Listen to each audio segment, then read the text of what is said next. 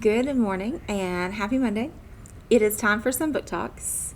And so I read just a couple books this week. I feel like I've really slowed down. I went a little heavy on the reading, shall we say, at the beginning of quarantine. And so I've really backed it up some, reading a lot less books per week. I mean, still probably multiple books per week. But first I want to talk about a book that I forgot to talk about last week that obviously I read over the summer.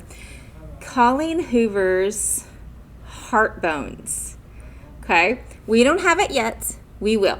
Promise. Colleen Hoover fans, just be patient. We will get this book. What I love about it is it's classic Colleen Hoover. There's a guy, there's a girl, fall in love. Of course, it's not that easy.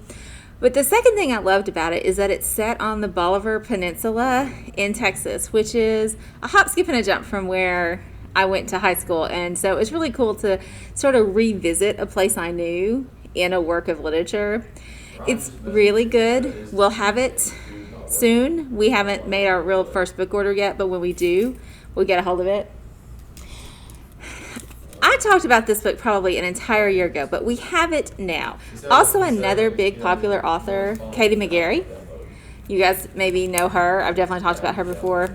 Echoes Between Us. It is a romance, and it's sweet and tender, but it's also slightly terrifying because there's a ghost, which is not necessarily Katie McGarry-ish, but it works really well in the story. So this girl and her dad live on the top story of a house. They own the house, but they rent out the bottom story. And this guy and his mom and his little sister move into the downstairs.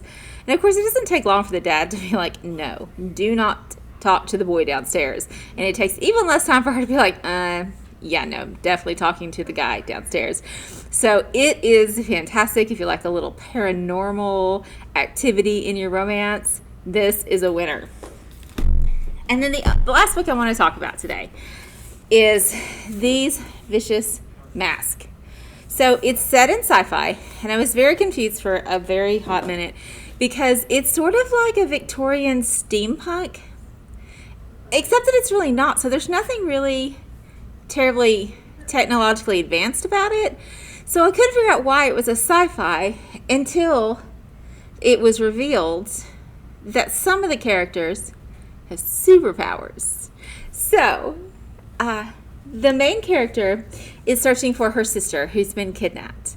And along the way, she's working with some of her acquaintances, people she's known before, people she meets during this book.